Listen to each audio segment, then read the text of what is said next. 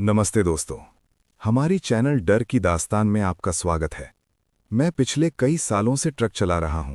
लंबी सड़कें, अंधेरी रातें और सुनसान हाईवे, ये सब मेरे लिए आम बात है।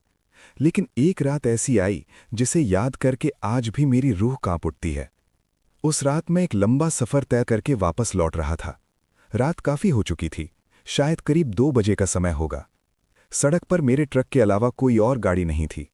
चारों तरफ सिर्फ घना अंधेरा और दूर दूर तक फैला सन्नाटा। मैं आराम से ट्रक चला रहा था कि तभी अचानक मेरी नज़र सड़क के किनारे खड़ी एक औरत पर पड़ी। वो बिल्कुल अकेली खड़ी थी, सफ़ेद कपड़ों में, और उसके लंबे लंबे बाल हवा में हिल रहे थे।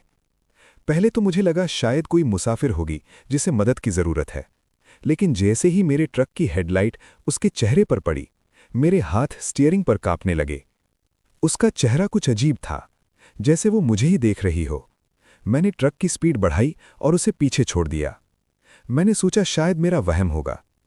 लेकिन असली डर तो तब शुरू हुआ जब कुछ मिनट बाद वही औरत मुझे फिर से सड़क के किनारे खड़ी दिखाई दी। इस बार वो पहले से भी ज़्यादा पास थी और उसकी नज़रें सीधे मेरी तरफ थीं। उस सुनसान हाईवे पर उस रात मेरे साथ जो हुआ वो किसी बुरे सपने से कम नहीं था। और सबसे डरावनी बात यह है, अगर मैं उस रात जरा सी भी गलती कर देता तो शायद आज ये कहानी सुनाने के लिए जिंदा नहीं होता। आखिर वो औरत कौन थी और क्यों वो बार बार उसी सुनसान सड़क पर मेरे सामने आ रही थी? ये मेरी जिंदगी की सबसे खौफनाक रात थी, जिसे मैं कभी भूल नहीं सकता। उस रात की शुरुआत बिल्कुल आम थी, जैसे मेरी बाकी रातें हुआ करती थीं। मैं कई सालों से ट्रक चला रहा हूं, इसलिए लंबी सड़कें और अंधेरी रातें अब मुझे डराती नहीं थीं। उस दिन भी मैं एक लंबा सफ़र तय करके माल लेकर दूसरे शहर की तरफ जा रहा था। सर्दियों का मौसम था और रात काफ़ी गहरी हो चुकी थी। सड़क के दोनों तरफ घना अंधेरा फैला हुआ था और दूर दूर तक कोई गाड़ी दिखाई नहीं दे रही थी। मेरे ट्रक की हेडलाइट ही उस काली सड़क को रोशन कर रही थी। इंजन की लगातार गूंजती आवाज़ और टायरों की सड़क पर रगड़, बस यही दो आवाज़ें उस सुनसान रात में मौजूद थीं। मैंने खिड़की थोड़ी सी खोल रखी थी ताकि ठंडी हवा अंदर आती रहे और नींद ना आए। मैंने घड़ी की तरफ देखा। रात के करीब 2 बज रहे थे। आमतौर पर इस समय हाईवे पर कुछ ना कुछ गाड़ियां जरूर मिल जाती हैं, लेकिन उस रात अजीब तरह का सन्नाटा था। ऐसा लग रहा था जैसे पूरी सड़क सिर्फ मेरे लिए ही खाली छोड़ दी गई हो। थोड़ी देर बाद मुझे हल्की सी थकान महसूस होने लगी। मैं कई घंटों से लगातार ड्राइव कर रहा था। मैंने सोचा थोड़ा आगे जाकर किसी ढाबे पर रुक जाऊंगा, लेकिन इस रास्ते पर ढाबे भी बहुत दूर दूर पर थे। मैंने रेडियो चालू किया ताकि थोड़ा मन लगा रहे, लेकिन रेडियो में सिर्फ खरखराहट की आवाज़ आ रही थी, जैसे सिग्नल ही ना हो। मैंने 2-3 बार चैनल बदलने की कोशिश की, लेकिन हर जगह वही अजीब सी आवाज़। आखिरकार मैंने रेडियो बंद कर दिया। अब फिर से वही सन्नाटा था। मैं सड़क पर नज़रें टिकाए धीरे धीरे ट्रक आगे बढ़ा रहा था कि तभी अचानक मुझे ऐसा लगा जैसे सड़क के किनारे कुछ हिला हो। मैंने ध्यान से देखने की कोशिश की, लेकिन वहां सिर्फ अंधेरा था। मैंने सोचा शायद कोई जानवर होगा। इस तरह के सुनसान रास्तों पर कुत्ते या सियार अक्सर सड़क के पास घूमते रहते हैं, इसलिए मैंने ज़्यादा ध्यान नहीं दिया और ट्रक चलाता रहा। कुछ मिनट बाद सड़क हल्की सी घुमावदार हो गई। जैसे ही मैंने मोड़ पार किया, मेरी हेडलाइट दूर तक फैली और उसी रोशनी में मुझे कुछ ऐसा दिखाई दिया जिसने मेरी सांसें रोक दीं। सड़क के किनारे कोई खड़ा था। पहले तो मुझे साफ दिखाई नहीं दिया। मैंने ट्रक थोड़ा धीमा किया ताकि ठीक से देख सकूं। जैसे जैसे ट्रक करीब आता गया, वो आकृति साफ होती गई। वो एक औरत थी। वो सड़क के बिल्कुल किनारे खड़ी थी और उसकी पीठ मेरी तरफ थी। उसने सफ़ेद रंग का लंबा सा कपड़ा पहन रखा था जो घुटनों से नीचे तक लटक रहा था। उसके लंबे काले बाल उसकी पीठ पर बिखरे हुए थे।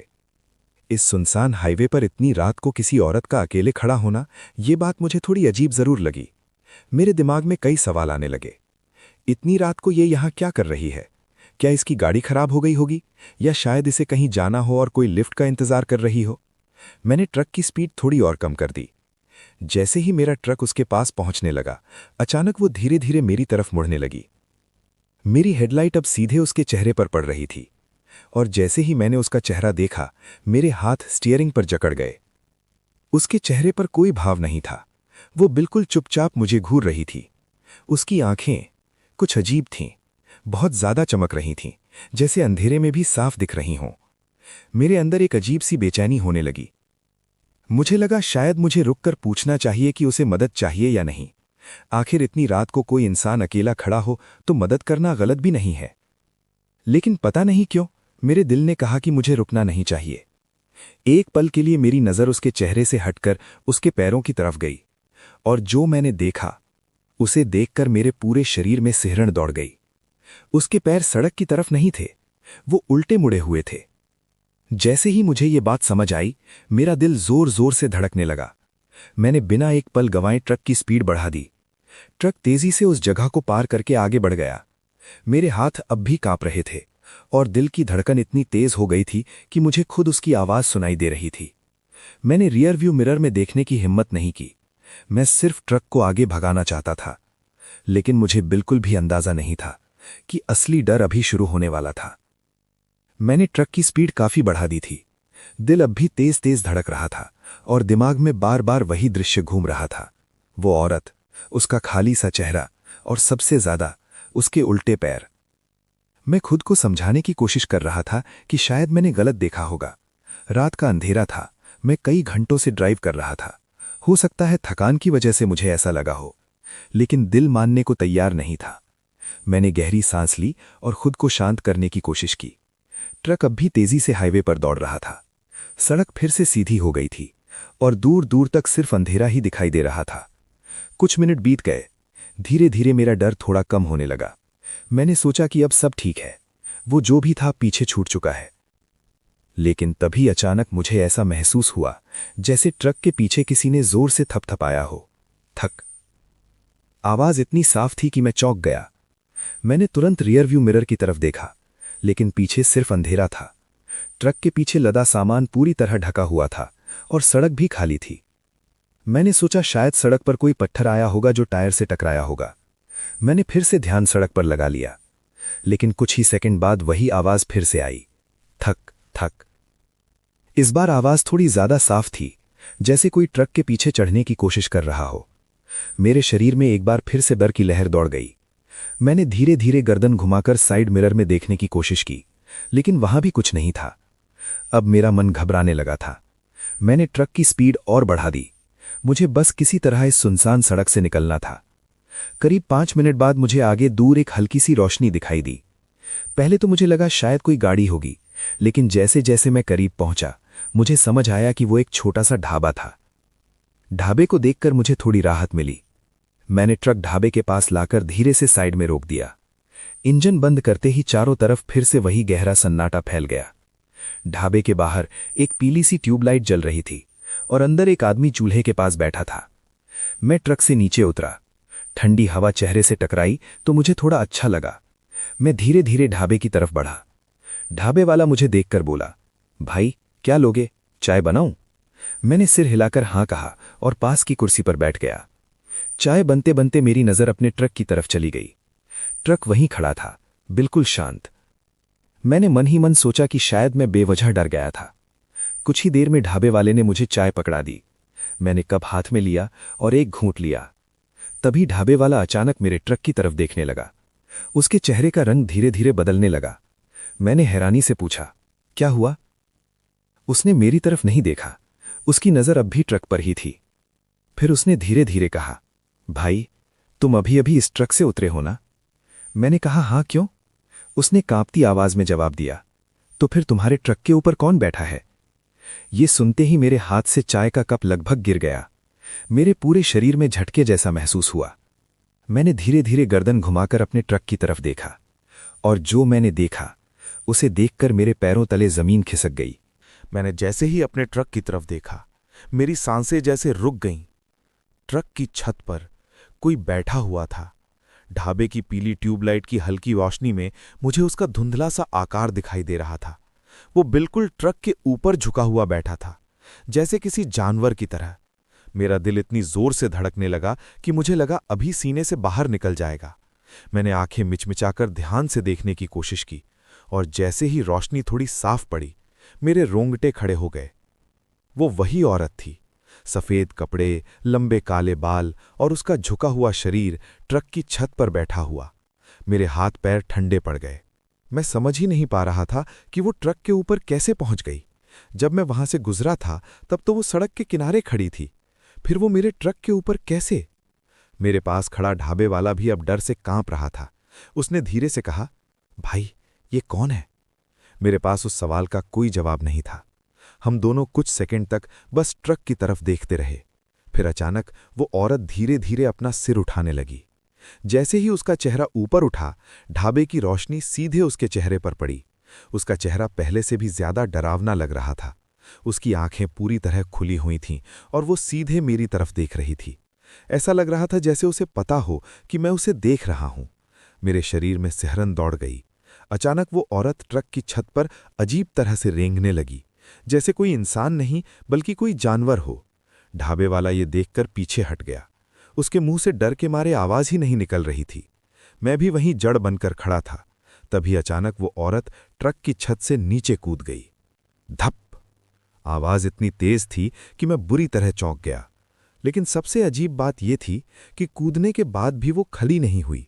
वो चारों हाथ पैरों के बल जमीन पर झुकी हुई थी और उसका चेहरा नीचे की तरफ था। कुछ सेकंड तक वो बिल्कुल हिली नहीं। ढाबे के बाहर अजीब सा सन्नाटा छा गया था। फिर धीरे धीरे उसने अपना सिर उठाया। उसकी नज़र फिर से मेरी तरफ थी और अगले ही पल वो बहुत तेजी से मेरी तरफ रेंगने लगी। मैं डर के मारे पीछे हट गया। ढाबे वाला भी अंदर की तरफ भाग गया। मेरा दिमाग पूरी तरह सुन्न हो चुका था।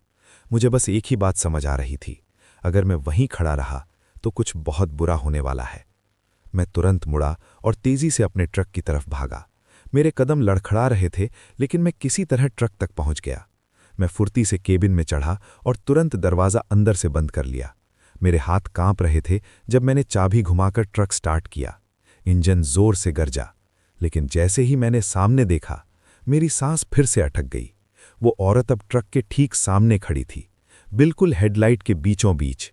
उसके बाल आधे चेहरे पर लटक रहे थे और उसके होंठ धीरे धीरे फैलते जा रहे थे, जैसे वो किसी डरावने राज पर हंस रही हो। मैंने घबराकर हॉर्न बजा दिया। पा! हॉर्न की तेज आवाज सुनकर भी वो जरा भी नहीं हिली, बस वहीं खड़ी रही। मेरे अंदर अब डर के साथ गुस्सा भी आने लगा था। मैंने सोचा, अगर मैं यहीं खड़ा रहा तो शायद वो और करीब आ जाएगी। इसलिए मैंने ट्रक को धीरे धीरे आगे बढ़ाने का फैसला किया। मैंने एक्सेलरेटर दबाया। ट्रक थोड़ा आगे सरका, लेकिन जैसे ही ट्रक उसके करीब पहुंचा, वो अचानक एक तरफ हट गई, इतनी तेजी से कि मुझे समझ ही नहीं आया वो कैसे हिली। मैंने तुरंत ट्रक आगे बढ़ा दिया और ढाबे से दूर निकल गया। कुछ सेकंड तक मेरा दिल जोर जोर से धड़कता रहा। मैंने रियर व्यू मिरर में देखने की हिम्मत नहीं की। मैं बस चाहता था कि किसी तरह उस जगह से दूर निकल जाऊं। सड़क फिर से खाली थी, वही अंधेरा, वही सन्नाटा। लेकिन अब मुझे ऐसा लग रहा था जैसे कोई मेरे ट्रक के साथ साथ चल रहा हो। मैंने खुद को समझाया कि ये सिर्फ मेरा वहम है। कुछ मिनट तक सब शांत रहा। फिर अचानक ट्रक के ऊपर से फिर वही आवाज आई, ठक ठक ठक। इस बार आवाज पहले से ज्यादा तेज थी। ऐसा लग रहा था जैसे कोई ऊपर दौड़ रहा हो। मेरे हाथ फिर से कांपने लगे। मैंने धीरे धीरे ऊपर देखने की कोशिश की, लेकिन केबिन के अंदर से छत दिखाई नहीं दे रही थी। आवाज अब ट्रक की छत से खिसकते हुए पीछे की तरफ जा रही थी, फिर अचानक आगे की तरफ, जैसे कोई चीज पूरी छत पर घूम रही हो। मेरा गला सूखने लगा। मैंने डरते हुए साइड मिरर में देखने की कोशिश की, और जैसे ही मेरी नज़र मिरर पर पड़ी, मेरी चीख निकलते निकलते रह गई। मिरर में मुझे उसके बाल दिखाई दे रहे थे, लंबे काले बाल जो ट्रक की छत से नीचे लटक रहे थे। मतलब वो फिर से मेरे ट्रक के ऊपर थी। मेरे शरीर में जैसे जान ही नहीं रही। मैंने डर के मारे एक्सेलरेटर पूरी ताकत से दबा दिया। ट्रक तेज रफ्तार से सड़क पर दौड़ने लगा, लेकिन ऊपर की आवाज बंद नहीं हुई। अब ऐसा लग रहा था जैसे वो औरत ट्रक की छत पर चारों तरफ दौड़ रही हो, कभी आगे कभी पीछे। और फिर अचानक आवाज ट्रक के ठीक ऊपर आकर रुक गई।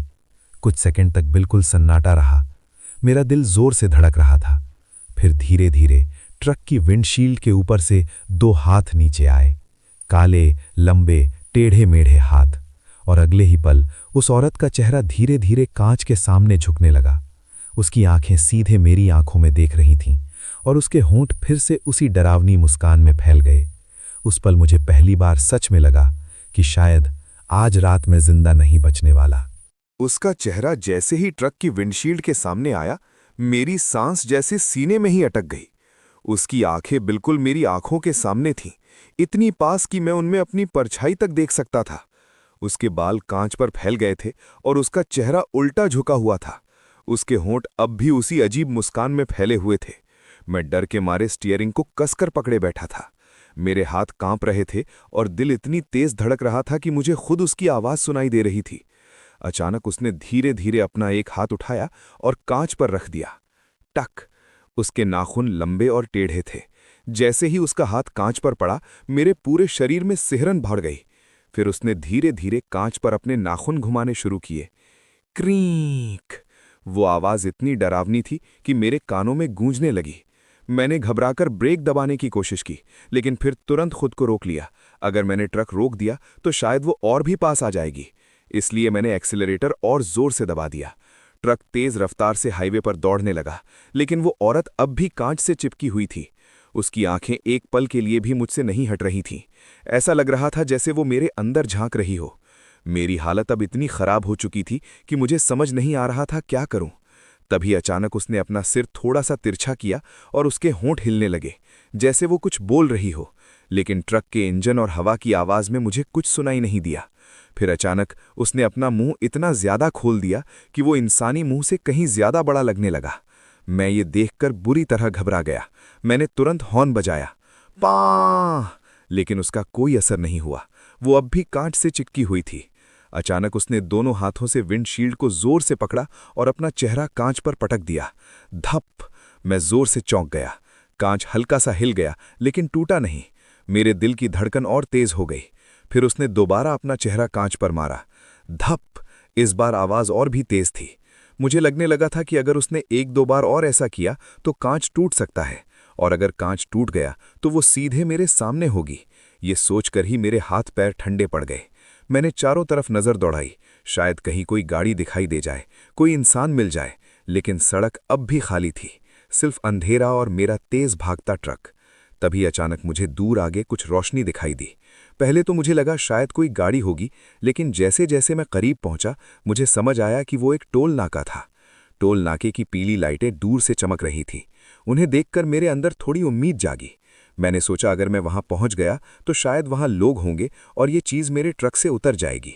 मैंने ट्रक की स्पीड और बढ़ा दी, लेकिन तभी वो औरत अचानक बिल्कुल शांत हो गई।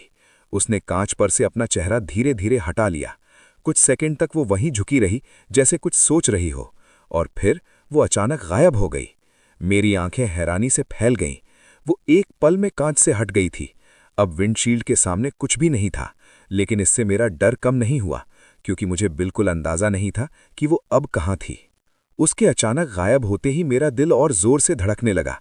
कुछ सेकंड पहले तक वो मेरे सामने कांच से चिपकी हुई थी और अब एक पल में गायब।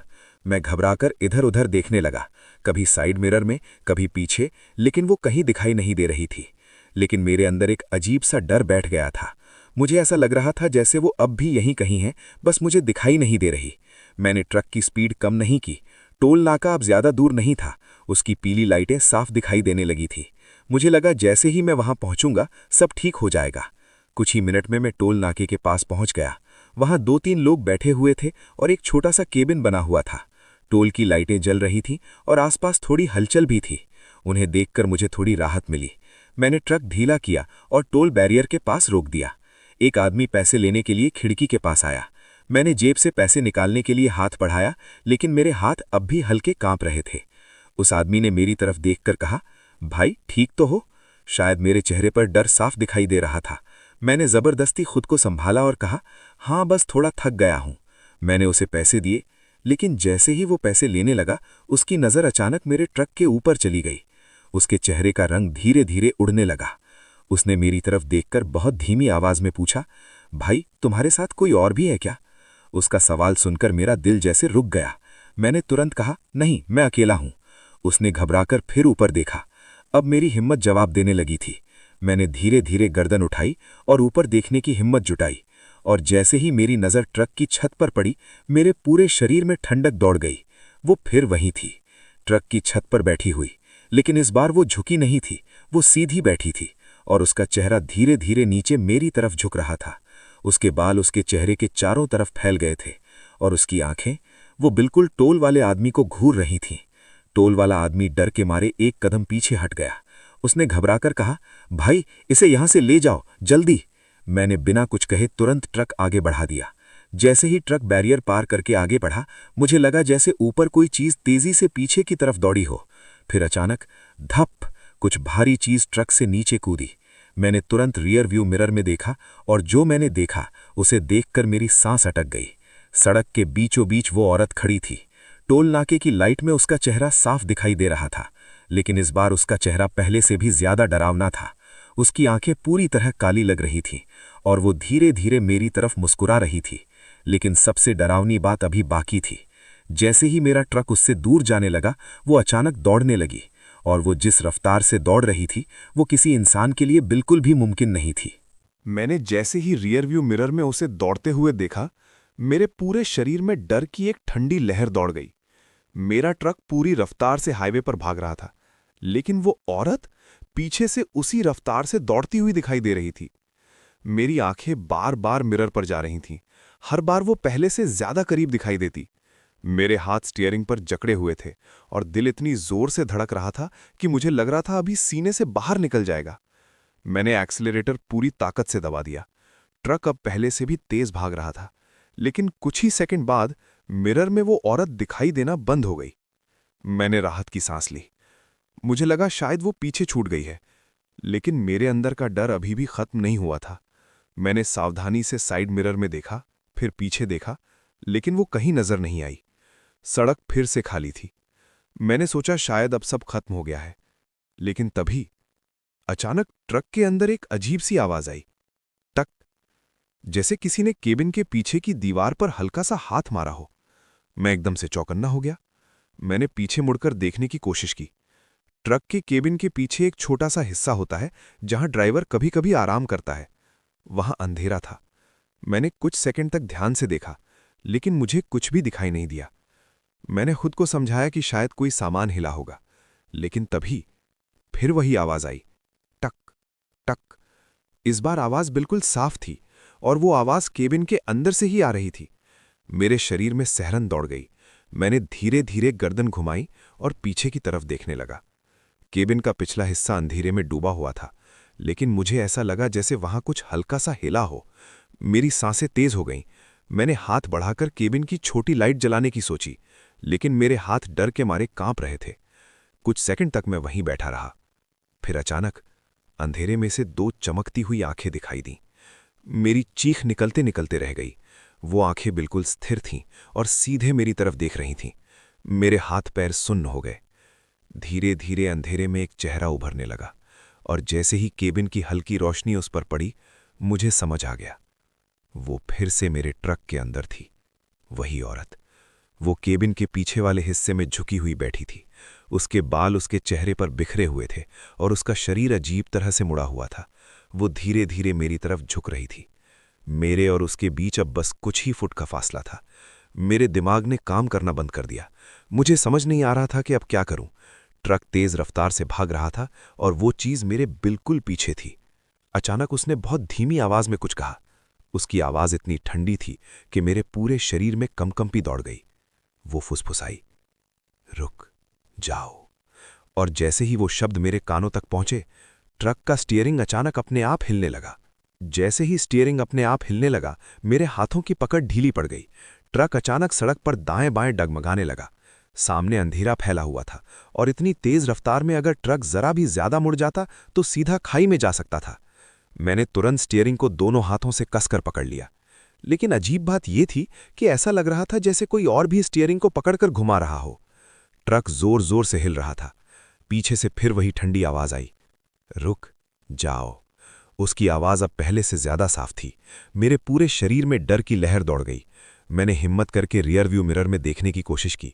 वो अब भी पीछे बैठी थी, लेकिन इस बार वो और करीब आ गई थी। उसका चेहरा अब मेरे कंधे के बिल्कुल पास था। उसकी ठंडी सांस मुझे अपनी गर्दन पर महसूस हो रही थी। मेरे हाथ और ज्यादा कांपने लगे। मैंने पूरी ताकत से स्टीयरिंग संभाला और ट्रक को सीधा करने की कोशिश की। कुछ सेकंड तक ट्रक खतरनाक तरीके से हिलता रहा। फिर धीरे धीरे वो वापस सड़क पर सीधा होने लगा। लेकिन वो औरत अब भी पीछे थी। वो धीरे धीरे मेरे कंधे के और करीब झुकने लगी। मेरी हिम्मत जवाब देने लगी थी। तभी अचानक मेरी नज़र सड़क के किनारे लगे एक छोटे से मंदिर पर पड़ी। वो बहुत छोटा सा मंदिर था, शायद किसी गांव के लोगों ने बनाया होगा। मंदिर के सामने एक लाल बल्ब जल रहा था और उसके अंदर भगवान की छोटी सी मूर्ति दिखाई दे रही थी। पता नहीं क्यों, लेकिन जैसे ही मेरी नज़र उस मंदिर पर पड़ी, पीछे बैठी वो औरत अचानक जोर से चीख पड़ी। उसकी चीख इतनी तेज और डरावनी थी कि मेरे कानों में गूंजने लगी। ट्रक के अंदर अचानक ठंडी हवा का झोंका चला। मैंने घबराकर पीछे देखा। वो औरत अब अपने कानों को पकड़कर चीख रही थी, जैसे उसे किसी चीज से बहुत दर्द हो रहा हो। उसकी आंखें लाल हो गई थीं।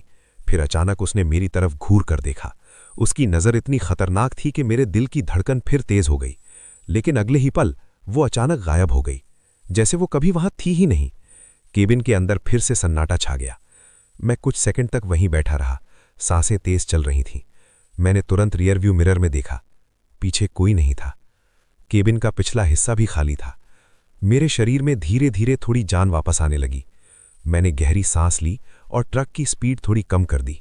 सड़क अब भी सुनसान थी, लेकिन अब मुझे लग रहा था कि शायद वो चीज़ चली गई है। मैंने भगवान का नाम लिया और मन ही मन शुक्रिया कहा। लेकिन शायद मैं बहुत जल्दी खुश हो गया था, क्योंकि तभी ट्रक के रेडियो में अचानक अपने आप आवाज़ आने लगी। कर्र, कर्र। मैंने हैरानी से रेडियो की तरफ देखा। मैंने तो रेडियो पहले ही बंद कर दिया था, लेकिन अब उसमें से आवाज़ साफ सुनाई दे रही थी। कुछ सेकंड तक सिर्फ खरखराहट होती रही। फिर अचानक एक बहुत धीमी, ठंडी आवाज़ रेडियो से सुनाई दी। मैं अभी भी यहीं हूँ। रेडियो से आती उस आवाज़ को सुनते ही मेरे पूरे शरीर में जैसे खून जम गया। मेरे हाथ स्टीयरिंग पर जमे हुए थे और आंखें रेडियो पर टिक गई थीं। रेडियो से फिर वही खरखराहट की आवाज़ आई, कर्र कर्र। फिर अचानक वही ठंडी आवाज़ दोबारा सुनाई दी, मैं अभी भी यहीं हूँ। मेरी सांसें तेज हो गईं। मैंने घबराकर रेडियो का बटन घुमाया और उसे बंद करने की कोशिश की, लेकिन रेडियो बंद ही नहीं हो रहा था। मैंने बार बार बटन दबाया, घुमाया, लेकिन आवाज़ लगातार आती रही। अब उस आवाज़ में हल्की सी हंसी भी शामिल हो गई थी, एक धीमी, डरावनी हंसी। मेरे माथे से पसीना बहने लगा। मैं समझ नहीं पा रहा था कि वो आवाज़ रेडियो से कैसे आ रही है। तभी अचानक ट्रक के अंदर का तापमान जैसे एकदम ठंडा हो गया। ऐसा लगा जैसे किसी ने फ्रीजर खोल दिया हो। मेरी सांस से भाप निकलने लगी। मैं डर के मारे इधर उधर देखने लगा। केबिन में मैं अकेला था, लेकिन फिर भी मुझे ऐसा महसूस हो रहा था जैसे कोई मेरे बहुत पास खड़ा हो। तभी मेरे कान के बिल्कुल पास से एक फुसफुसाहट सुनाई दी, अब कहाँ जाओगे? मेरे हाथ से स्टीयरिंग लगभग छूट गया। मैंने झटके से सिर घुमाया, लेकिन वहां कोई नहीं था। केबिन फिर से खाली था। अब मेरा डर अपनी हद पार कर चुका था। मैंने पूरी ताकत से एक्सीलरेटर दबा दिया। ट्रक तेज रफ्तार से हाईवे पर भागने लगा। मेरे दिमाग में सिर्फ एक ही बात थी, किसी तरह इस रास्ते से निकल जाऊं। करीब 10 मिनट तक मैं बिना रुके ट्रक चलाता रहा। फिर अचानक दूर मुझे कुछ रोशनी दिखाई दी। इस बार वो कोई ढाबा नहीं था, वो एक छोटा सा गांव था। सड़क के किनारे कुछ घरों की लाइटें जल रही थीं। उन्हें देखकर मेरे अंदर थोड़ी उम्मीद जगी। मैंने सोचा, अगर मैं गांव के अंदर ट्रक रोक दूं तो शायद लोग मिल जाएंगे और ये सब खत्म हो जाएगा। मैंने ट्रक धीरे धीरे गांव की तरफ मोड़ दिया। जैसे ही ट्रक गांव के पहले मोड़ पर पहुंचा, रेडियो की आवाज़ अचानक बंद हो गई। केबिन में फिर से सन्नाटा छा गया। मैंने हैरानी से रेडियो की तरफ देखा। अब उसमें से कोई आवाज़ नहीं आ रही थी। मुझे लगा शायद अब वो चीज़ सच में चली गई है। मैंने ट्रक गांव के अंदर एक खुले मैदान के पास रोक दिया। वहां कुछ लोग दूर खड़े बातें कर रहे थे। मैंने राहत की सांस ली। मैं धीरे से ट्रक से नीचे उतरा। जैसे ही मेरे पैर जमीन पर पड़े, मुझे लगा जैसे मेरे कंधों से बहुत बड़ा बोझ उतर गया हो। मैंने आसमान की तरफ देखा और भगवान का शुक्रिया अदा किया। लेकिन तभी मेरे पीछे खड़े एक आदमी ने अचानक डर कर कहा, अरे, ये तुम्हारे ट्रक के ऊपर कौन बैठा है? उस आदमी की बात सुनते ही मेरा दिल जैसे रुक गया। मेरे पैर वहीं जमीन पर जड़ हो गए। कुछ सेकंड तक मैं हिल भी नहीं पाया। धीरे धीरे मैंने गर्दन घुमाई और अपने ट्रक की तरफ देखने लगा। ट्रक के ऊपर अंधेरा था, लेकिन गांव की कुछ लाइटें उस पर हल्की सी पड़ रही थीं, और उसी हल्की रोशनी में मुझे एक परछाई दिखाई दी। कोई ट्रक की छत पर बैठा हुआ था। मेरे गले से आवाज़ ही नहीं निकली। वो परछाई धीरे धीरे हिलने लगी। फिर उसने अपना सिर झुकाकर मेरी तरफ देखा। मेरे पैरों तले जमीन खिसक गई। वो फिर वही औरत थी। सफ़ेद कपड़े, बिखरे हुए लंबे बाल और उसकी आंखें अंधेरे में भी चमक रही थीं। गांव के बाकी लोग भी अब ट्रक की तरफ देखने लगे थे। कुछ लोग डर के मारे पीछे हट गए। एक आदमी ने कांपती आवाज में कहा, ये क्या चीज़ है? मैं कुछ बोल ही नहीं पा रहा था। मेरा शरीर जैसे पत्थर बन गया था। तभी वो औरत धीरे धीरे ट्रक की छत से खड़ी हो गई। उसका शरीर अजीब तरह से टेढ़ा मेढ़ा था, जैसे उसकी हड्डियां सही जगह पर ना हों। वो धीरे धीरे ट्रक के किनारे तक आई। फिर अचानक वो सीधे जमीन पर कूद गई। धप! जमीन पर गिरने की आवाज इतनी तेज थी कि आसपास खड़े लोग डरकर पीछे हट गए। लेकिन वो औरत जमीन पर गिरकर खड़ी नहीं हुई। वो चारों हाथ पैरों के बल झुक गई, ठीक वैसे ही जैसे मैंने उसे पहले देखा था। कुछ सेकंड तक वो बिल्कुल स्थिर रही। फिर धीरे धीरे उसने अपना सिर उठाया। उसकी नज़र सीधे मेरी तरफ थी। मेरे और उसके बीच अब मुश्किल से 10 कदम का फासला था। मेरी सांसें तेज हो गईं, लेकिन इस बार मैं भागा नहीं। शायद मैं इतना डर चुका था कि अब डर महसूस ही नहीं हो रहा था। मैं बस वहीं खड़ा उसे देखता रहा। तभी गांव के एक बुजुर्ग आदमी ने जोर से भगवान का नाम लिया। जैसे ही उसके मुंह से भगवान का नाम निकला, वो औरत अचानक जोर से चीख पड़ी। उसकी चीख इतनी भयानक थी कि आसपास खड़े लोग अपने कान बंद करने लगे। फिर उसका शरीर अचानक कांपने लगा। कुछ ही सेकंड में उसका शरीर धीरे धीरे धुएं की तरह हवा में घुलने लगा। हम सब हैरानी से देखते रह गए और अगले ही पल वो पूरी तरह गायब हो गई, जैसे वो कभी वहां थी ही नहीं। पूरा मैदान कुछ सेकंड तक बिल्कुल शांत रहा। मैंने धीरे धीरे गहरी सांस ली। मेरे हाथ अब भी कांप रहे थे, लेकिन अब वो चीज जा चुकी थी। गांव के लोग भी धीरे धीरे मेरे पास आने लगे। कोई कह रहा था कि वो कोई भटकती आत्मा थी, कोई कह रहा था कि शायद किसी हादसे में मरी होगी। लेकिन सच क्या था, ये आज तक कोई नहीं जान पाया। उस रात के बाद मैं कई बार उसी हाईवे से गुजरा, लेकिन वो औरत मुझे फिर कभी दिखाई नहीं दी। फिर भी जब भी मैं उस रास्ते से गुजरता हूं, तो अनजाने में मेरी नज़र हमेशा ट्रक की छत और रियर व्यू मिरर पर चली जाती है। क्योंकि उस रात मैंने एक बात ज़रूर समझ ली थी, इस दुनिया की सड़कों पर सिर्फ हम ही सफ़र नहीं करते, कभी कभी कोई और भी हमारे साथ चल रहा होता है। घर। उस रात के बाद मेरी जिंदगी पहले जैसी कभी नहीं रही। आज भी जब मैं रात के अंधेरे में ट्रक लेकर किसी सुनसान हाईवे से गुजरता हूं, तो अनजाने में मेरी नज़र बार बार रियर व्यू मिरर और ट्रक की छत पर चली जाती है। क्योंकि उस रात मैंने अपनी आंखों से कुछ ऐसा देखा था जिस पर यकीन करना आसान नहीं है। कभी कभी सोचता हूं, अगर उस रात मैं उस सुनसान सड़क से न गुजरता, अगर मैंने उसे पहली बार नज़रअंदाज कर दिया होता, तो शायद मेरी जिंदगी की वो सबसे खौफनाक रात कभी शुरू नहीं होती। लेकिन जो हो चुका है उसे बदला नहीं जा सकता। आज भी जब मैं उस हाईवे से गुजरता हूं, तो दिल के किसी कोने में ये डर जरूर रहता है कि कहीं वो फिर से मेरा इंतजार तो नहीं कर रही। अगर आपको मेरी ये सच्ची और डरावनी कहानी पसंद आई हो, तो ऐसी ही और खौफनाक कहानियां सुनने के लिए हमारे चैनल डर की दास्तान को ज़रूर सुनते रहिए, क्योंकि यहाँ हर कहानी के पीछे छुपा होता है एक ऐसा अंधेरा सच जो रोंगटे खड़े कर देता है। और कौन जाने, अगली कहानी किसी और की नहीं, आपकी ही हो।